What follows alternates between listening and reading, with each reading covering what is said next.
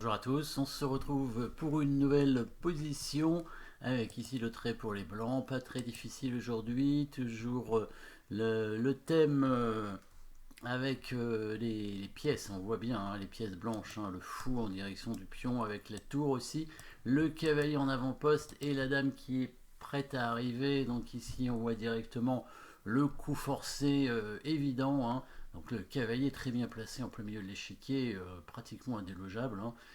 C'est donc l'avant-poste, hein, cette case très importante du milieu de partie qu'il faut absolument essayer de retenir, de viser avec le cavalier. Et cette attaque du coup avec le fou et la tour, évidemment on imagine tout de suite le sacrifice de fou en Hachette, la fameuse destruction hein, de la chaîne de pions devant le roi, et si le cavalier prend, il y a la dame qui intervient, ce cavalier qui ne peut plus bouger à cause du mat derrière, et ça risque d'être mat assez rapidement, puisque si la tour bouge, ça ne devrait pas suffire, hein, on va le mater assez vite. Par exemple, fou prend H7, cavalier prend H7, dame H5.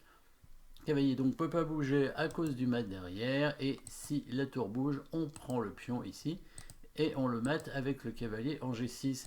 Ce qui fait que quand il prend le pion, bah, pas d'autre solution pour le roi noir que de bouger en H8, hein, évidemment. Donc ça fait déjà un beau pion gagné, un pion qui défendait le roi noir. Maintenant, on va essayer de concrétiser rapidement.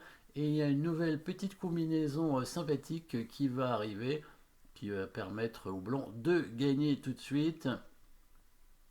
Bien sûr, une attaque à la découverte avec le fou. Bon, là on pourrait se dire que les blancs ont plusieurs possibilités, hein. Ils pourraient simplement lever le fou et peut-être, par exemple, ramener la dame par la suite, hein. On enlève le fou ici et après on ramène la dame comme ça. Ça prend un peu de temps, mais on devrait arriver à faire quelque chose hein, avec des menaces de mat. Après, les noirs peuvent peut-être, en amenant la tour en C8, essayer de menacer sur la première rangée.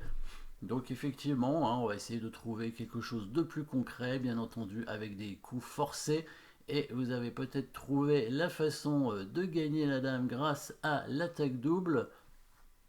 Donc en découvrant le fou, bien entendu, et en lui permettant de faire un nouvel échec après avec une attraction et une attaque double.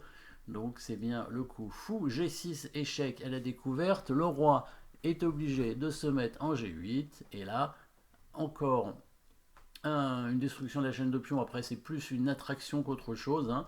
On attire la tour à la place du fou, obligé de prendre le fou avec la tour.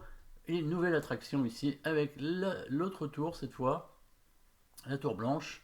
Évidemment, le roi doit prendre la tour et l'attaque double qui permet bien sûr de récupérer la dame. Une petite combinaison simple, mais intéressante à voir, hein. En tout cas, hein, ce sacrifice thématique encore, fou prend H7 suivi de dame H5. Merci d'avoir suivi cette position.